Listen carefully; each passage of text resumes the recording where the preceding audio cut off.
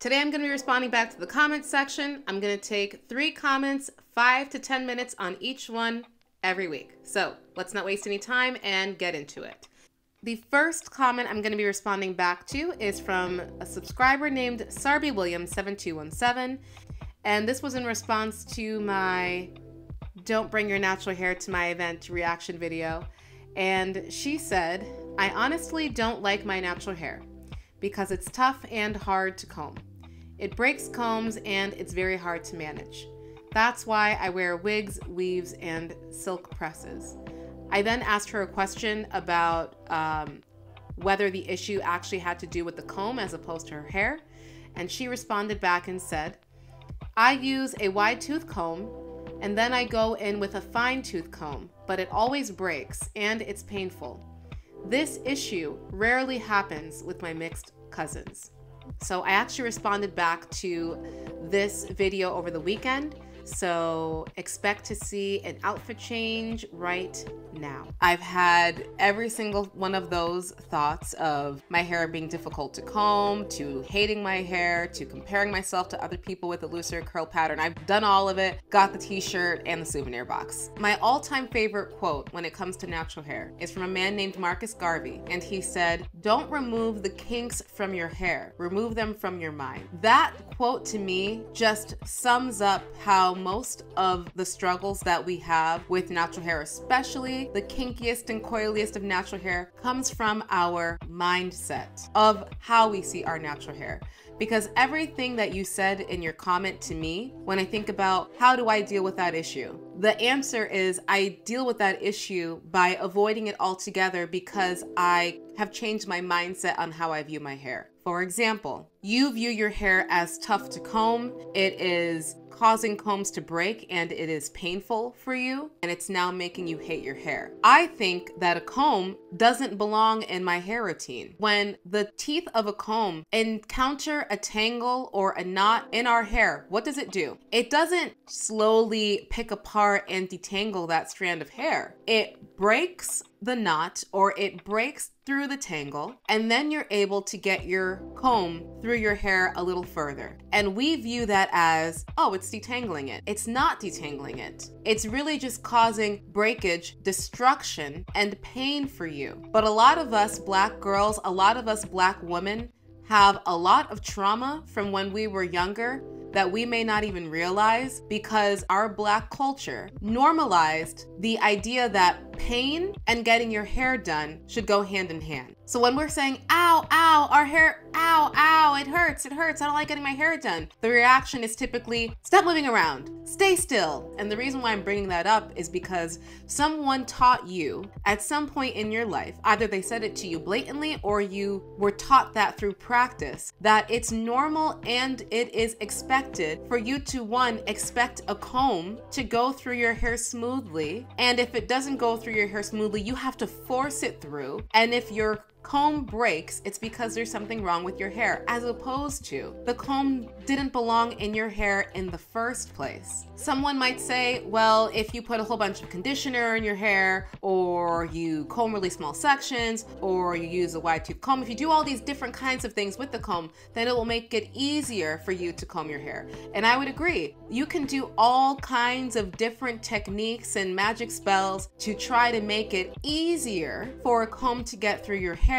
You're still trying to force your hair to behave a certain way that it doesn't want to behave. Your hair doesn't want to be sleek and smooth and easy to glide through. So it's going to be a constant battle. If you would make the switch of combs and brushes are not the best way to detangle my hair, you would alleviate that entire problem. And when it comes to comparing yourself to your mixed cousins, this again is why mindset is so important, because comparison is the thief of joy. If you want to have a joyful, peaceful, natural hair journey, you have to stop comparing your hair type to other people's hair types. Now, I don't know your religious background. I don't know what you believe, but all I can say is that for me, I'm a Christian, and my faith is something that is very important to me, and it's very important in how I view things in the world. And my faith has been such a strong component of why I've been able to change my mindset when it comes to my hair, because I believe that God has created all of us in his image. That means he created smooth hair, rough hair, coarse hair, wavy hair, curly hair, kinky hair, coily hair. He created all of those different hair types in his image. Therefore, they are all good and they are all beautiful. They are all different and they all require different hair routines, but one is not better or greater than the other. He never said that. We have said that. Man has said that. Our culture has propped up certain hair types and have said that is the best. But I don't follow man. I follow God. Therefore, I don't need to switch my ways to man's thinking. We are all different. There are certain things that other people can do that we can't, but you've been brainwashed by our society to think that the things that your hair type can do are inferior, and that's simply not true. And unfortunately, it is your responsibility, your job to change your mindset on this issue. If we lived in a utopian world, everyone would apologize to Black women and say, we're sorry for all of the horrible things that we've said about your hair. We recognize and affirm your hair as beautiful. Go Black hair queens. That would be nice, but that's not reality. That's not life. We all have trauma. We all deal with negative ideas and beliefs towards some part of our appearance. It is not society's or the people around you or your community's responsibility or job to change your mindset on your hair. No one's coming to save you. I'm sorry. You have to be willing to do the inner work to really learn how to love your hair. And I know that is hard because sometimes I may experience something where I have that inner like twang or pang in my gut of like, my hair isn't doing something good. But because I've been working on my mindset so much over these past 5 years, I'm able to stop that negative thought in its track and be like, not today, Satan. I know my hair, I know my God, I know my identity, I know who I am, I know whose I am. You're not gonna come and infiltrate me with your negativity and try to make me feel bad about myself. I am freaking incredible and amazing. Do you not see what is growing out of my head? Like, enough. Sit down somewhere. And I know that sounds crazy, but sometimes when those negative thoughts come to attack you, you have to be really strong and really like robust and flamboyant with how you push them down. This is not going to be, something that you'll be able to do in just one day. This really is a journey, but it's a journey that is worth it. So my practical advice to you, 1, I would seriously consider looking into finger detangling, and I will make sure to link my video that I've shared in the past about how I finger detangle my hair. I'm gonna warn you, if you are someone who's used to brushing or combing or detangling your hair in just, a few minutes, be prepared that finger detangling is going to take you a lot of time. And so because of that, for some people, they will say, finger detangling is not for me. And there are a whole bunch of different strategies and tips that I've shared in this video about how you can make finger detangling more suitable for your lifestyle. But that's gonna be a choice that you will ultimately have to decide for yourself. Number 2, when it comes to comparison, you have to cut it off. One thing that I did when I was first starting out on my natural hair journey is I stopped following everybody on my social media platforms. And it wasn't because those people were bad or that they did anything to me. Some of them were my closest friends. But at that time, I wasn't able to look at their hair and not feel some kind of negative thing about my hair because I was comparing my hair to them. I would see them do a roller set, or I would see them straighten their hair. I would see them do different types of hairstyles on their hair type. And I'd be like, how come when I do a roller set, mine doesn't look like that? How come when I use the tangle teaser, my hair doesn't do that? How come I came? It was a losing battle. So I had to stop following them. And instead of following them, I only followed other women who had my type of hair, type 4C for me. And when I would open up my feed in the morning, I would be flooded with all of these images of women's natural hair that looked beautiful to me. That I would look at women that had really long hair because I knew that that was my ultimate goal. But I would also look at women who had short hair that was closer to where my hair was at that point in my journey, so that I could learn I need to accept and realize that my hair really does look beautiful at every point in its journey. This woman who has a pixie cut is rocking the heck out of her hair and it looks amazing. What is different from her and me? She just has more confidence to do that. I had to build my confidence up from ground zero when it came to my hair. And I had to be self-aware enough to know that I did not have a good perspective or a good mindset when it came to my hair. And it was hard in the beginning, but over time, I was able to start following other women again who had different hair types. And slowly but surely, I could look at their hair and be like, her hair looks beautiful like that. I'm not gonna try that on my hair because that's not a good hair practice for me, but I think her hair looks really cool like that. I like that. This is really important because what you are essentially doing is trying to re-brainwash yourself. We've been brainwashed in this society to uphold a certain European Western type of beauty as supreme. And you are going to have to fight the constant barrage of images and voices and lack of representation for our own hair type in this world, in this country. No matter what country you live in, this is a global phenomenon, right? So you will have to constantly be in this battle. So you have to do the work. If you want to change your mindset, you have to be willing to do the work to immerse yourself into positive ideas, positive rhetoric, positive speech, positive images of uplifting Black hair ideals, and take back your power of re-brainwashing yourself with the type of messaging that you actually want to believe and then follow. So I hope that that was helpful. I hope that I didn't come across as too aggressive. Please know that you have a community around you if you are willing to immerse yourself into it. Thank you for your vulnerability and being open and willing to share how you're feeling about your hair, because I promise you that you are not the only one who thinks that. There are other people who think that, but they were not as brave or as courageous as you to go and put that on the internet. So thank you for that, because that allows somebody else who's in your same shoes to hear this message and be able to also internalize it and help them. So this is from Unbothered Movement. Love your avatar picture, by the way. And she responded back to a short that I posted the other week of me showing how my hair was dreading up after leaving it in a twist for about a week. And she said, by the way, they're not dreadlocks, they're just locks. There is nothing dreadful about our hair. Words matter, with a heart emoji. Before I respond, I'm going to share a quick clip from a fellow dreadlock YouTuber named Chris McDread. Now, the Brothers with Locks was a regiment of Black people that had locks, and eventually, because they were very feared in battle, they started referring to them as the dreaded Brothers with Locks. The feared Brothers with Locks. And years later, it was cut down to Dreadlocks Brothers. The Dreadlocks Brothers. They were in the military and they were feared. So the term dreadlocks is not a negative term. It comes from a breed of warriors that are known as the Dreadlocks Brothers. I have been able to maintain probably around 70 different kind of nationalities who have the same hair.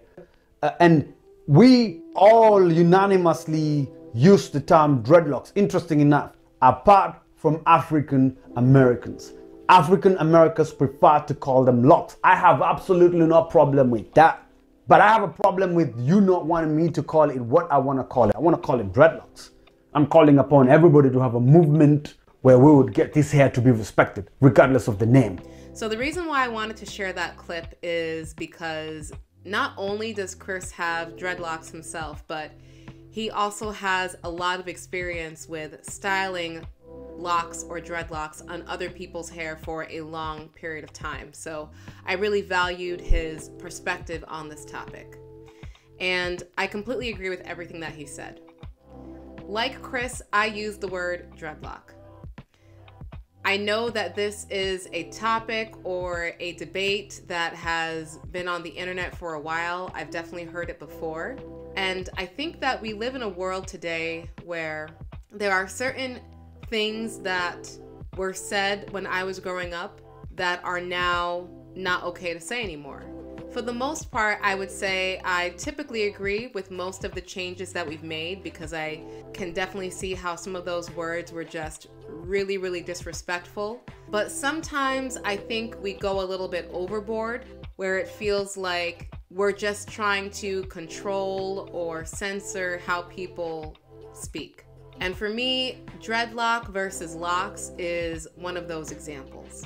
Black people are not a monolith. We do not all have the same experiences or trauma or triggers or reactions to certain words or ideas that are said in our day-to-day world. And words are oftentimes subjective. There are a lot of words that have a meaning that if you were to look in the dictionary, it's not what it actually means, or maybe the word and how it was originally used in the dictionary has now changed. We are the ones who give meaning to words, especially in the Black community. There are a whole bunch of words that some Black people are okay with saying and some Black people are not okay with saying.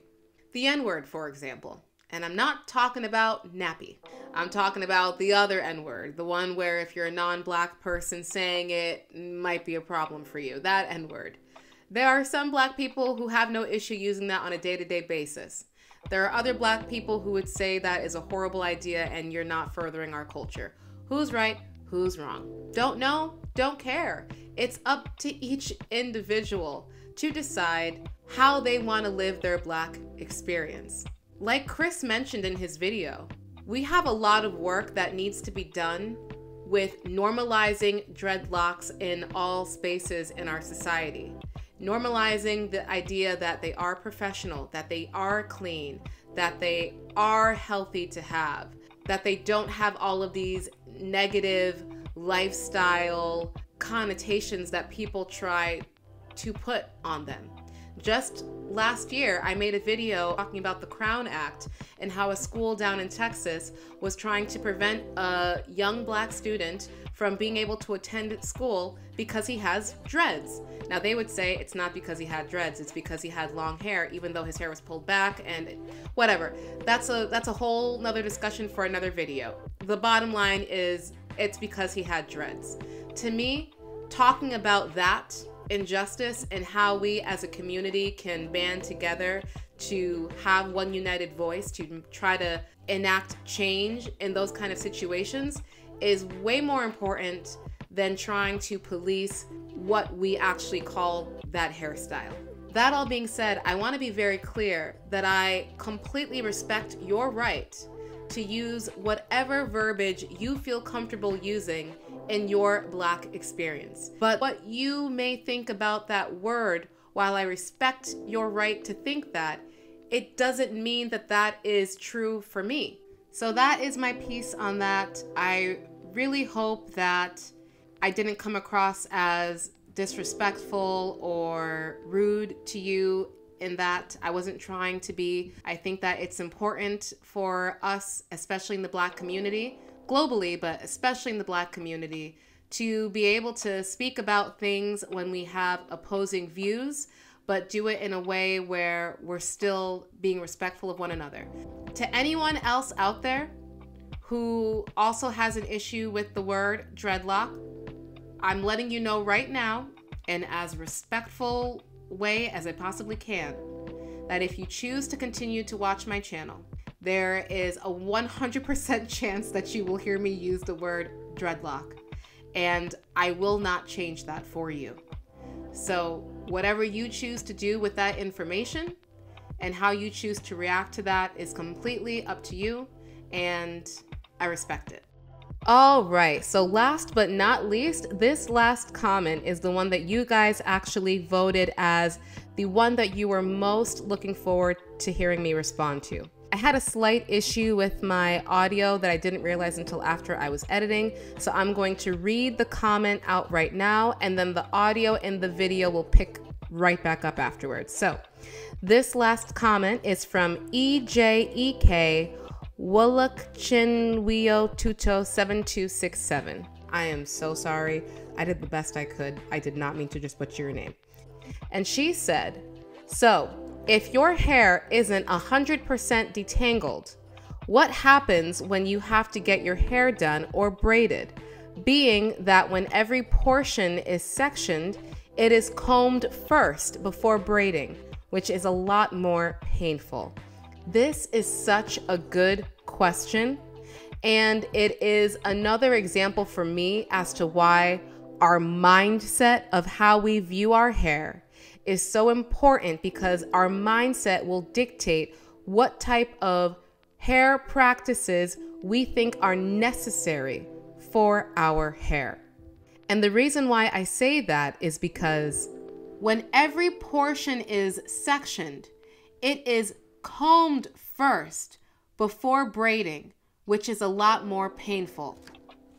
Now, I want to clarify that this is not your fault, because when you go to get your hair done, typically the hairstylist or whoever's doing your hair is sectioning your hair with a comb and then combing those sections, because they think that our hair has to be 100% detangled.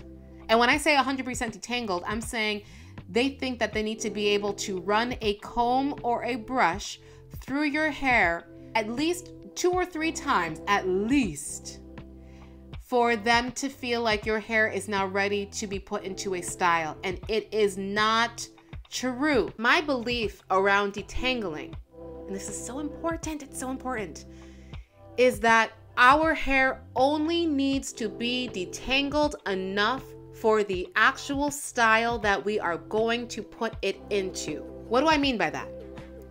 Let's say it is Friday. I'm gonna put my hair into protective style. Cool. First, I'm going to pre-section my hair with my fingers. It's going to take me a few hours. That's why I split up my braiding into 2 days. I'm gonna spend 1 day just focusing on pre-sectioning my hair. And I'm gonna take my time. But I'm only going to detangle those sections for the amount that is required to put that hair into that style. I'm not going to try to 100% fully detangle it. What does that mean? Let me show you a visual because I think it'll make more sense. Okay, so I am going to pretend as if I were pre-sectioning my hair for a braided hairstyle. So I'm going to start off with using my fingers to move the section of hair that I'm going to be using for the twist away from the rest of my hair. When I am pre-sectioning my hair, I typically just pre-twist all of my hair, and then I will braid over that twist with the braiding hair, or I will take apart the twist right before I add in the braiding hair, but either way, the section of hair for that portion is already ready. So I am using my fingers and I am slowly and gently just pulling the hairs apart, the same way as if you were to untie your shoelaces. This, by the way, is something a comb could never do. A comb is not alive. It doesn't have intuition. It doesn't have the ability to really detangle anything. Notice I'm only focused on detangling the hairs that are in my way. The hairs that are in the way of me being able to separate this section of hair from the rest of it. I am not paying any attention to any of the rest of the hair that is in the rest of the clump. So once I have officially removed that clump of hair from the rest of it, now I'm ready to separate this section into 2 and do the twist.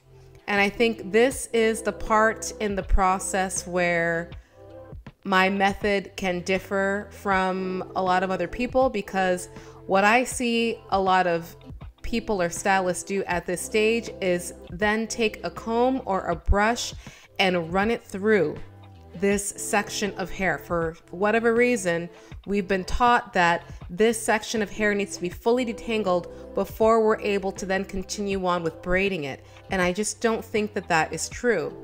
Those 2 tails, those 2 sections that I separated into 2 are not fully detangled. You would not be able to get a comb through it, but it doesn't matter because I don't need those 2 sections to be fully detangled for me to be able to simply twist it. It's an unnecessary amount of manipulation and detangling when we do that. So Once I'm ready to then braid the hair, like I mentioned before, I can either take that twist down or I'll just braid right over the twist. I've done both methods. It just depends on how lazy I'm feeling at the time. Let's say you wanted to do a braid instead of a twist. Okay, no problem. So now instead of using your finger to make 2 sections, you use your fingers to make 3 sections. Again, all I'm going to do is separate out a 3rd section of hair, but only focus on detangling the hairs that are in my way of making that 3rd section. Again, I'm not detangling those clumps of hair. I'm just gonna go ahead and braid it up. And that's it. This is what I mean by only worry about detangling what you need to detangle in order for you to remove that section or braid that section or twist that section. You do not have to try to fully detangle all of it.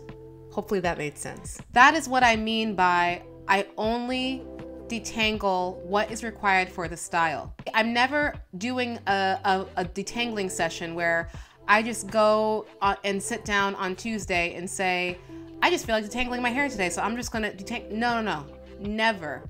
The only time I'm detangling my hair is if I have to because of what is about to follow. I'm detangling because I'm about to pre-section my hair for braiding. I'm detangling because I'm about to put my hair into twists. I'm detangling because I'm about to do wash day. The most intensive detangling sessions that I have are usually right before a wash day or after I'm taking my hair out of a long-term protective style. Maybe I haven't touched my hair in like 6 weeks or something, and I'm taking out a lot of removed shed hairs. But even then, sometimes after I take my hair out of a protective style, if I'm not gonna be washing my hair until a couple days later, then I'm not doing a massive detangling session when I'm taking it out. I'm just taking out what is required, I'm putting it into a bun, and then I'm dealing with it later. I'm trying to minimize the amount of detangling as much as I can. The reason why I'm being so crazy about the mindset thing is because when you think about your hair like that, when you think my hair does not have to be fully detangled, and you don't have to go and deal with a painful combing session, like you mentioned in your comment, you don't have to go through that. You're doing that because you think that you have to fully detangle your hair. No, you just have to section your hair. You have to pre-section your hair. But you can do that with your fingers and you can do that with time. As you noticed, that detangling that I just did took a lot of time. Took way more time than it would have if I just use a brush or a comb. What you lose in time, you gain in length and fullness retention. In my opinion. Do with that information what you will. I'm just, answering your comment. I'm sure there'll be a whole bunch of people who would disagree and say, no, your hair does have to be 100% detangled. Listen, I don't have to have fully detangled hair.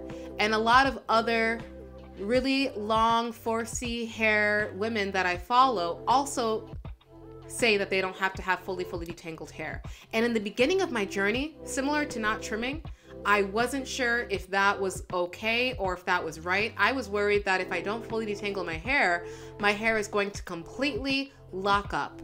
And not that locks or dreadlocks are a bad thing, but if you're not intending for your hair to be in a dreadlocked hairstyle, then it's a bad thing. So I didn't know if that was okay. But after more than 5 years of doing this now, I've learned, I really don't have to have my hair fully detangled. And what it has also allowed is for me to be able to have more texture in my hair. Someone actually commented on my last video and complimented me on the dreads or tendrils that I had in the front of my hair. And she said, how did you get that? How did you twist your hair to be like that? I found it funny because I didn't do anything. Like literally. I didn't do anything. I just didn't fully detangle my hair. So because I don't ever fully detangle my hair, there's always some state of half-formed clump or locks in my hair that I will then detangle at my next detangling session. And because I usually have my hair in a twist or a braid, when I take it out, it has that look to it.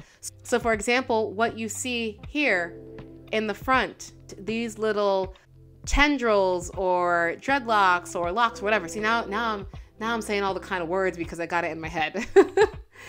What you see here in the front, this is the result of not having hair that is 100% fully detangled. Some people might look at that and say, I don't like that. I look at that and I think that's really cool. I love the extra texture that it gives to my hair, and this is the kind of thing that I feel like is such a cool characteristic trait about our type of hair, that our type of hair gets to do really, really, really, really well, that we don't realize because we are taught to have it fully detangled, as opposed to letting it do what it wants to do. And if it wasn't for my low attention span and constantly wanting to switch up my look, I would just let my hair lock up completely. But I know that if I were to let my hair lock up completely, in about 5 hours, I'd be like, but I want to wear a fro now, and I want to have this style, and I'm too fickle. I'm not ready to be in one permanent hairstyle. I'm still in a phase where I'm switching things up. But if I had to pick only one hairstyle, it would be dreadlocks, because it is something that our hair just naturally does on its own. So why not let it do it? But I'm in my phase of my natural hair journey where I'm still looking for versatility in my hairstyles. I want a fro, I want a puff one day, I want to do all kinds of things. So I'm not ready to lock it up, but I think that one day I could potentially see myself doing that. But anyways, I will link the video about finger detangling below. I will also link the video about the Crown Act and the hair discrimination that the young black student had to deal with his dreads in the video in the description box below. If you are feeling this hairstyle that I've got going on right now, then make sure to subscribe and hit the notification bell, because I will be sharing the tutorial of how I got this crochet hairstyle. And I say tutorial because I don't know what I'm doing, and my braiding pattern was a little suspicious, but it got the job done. And if you would like to hear how I plan to continue to grow my hair without added braided hairstyles for the next 6 months, make sure to check out this video here. Until next time, take care of yourself.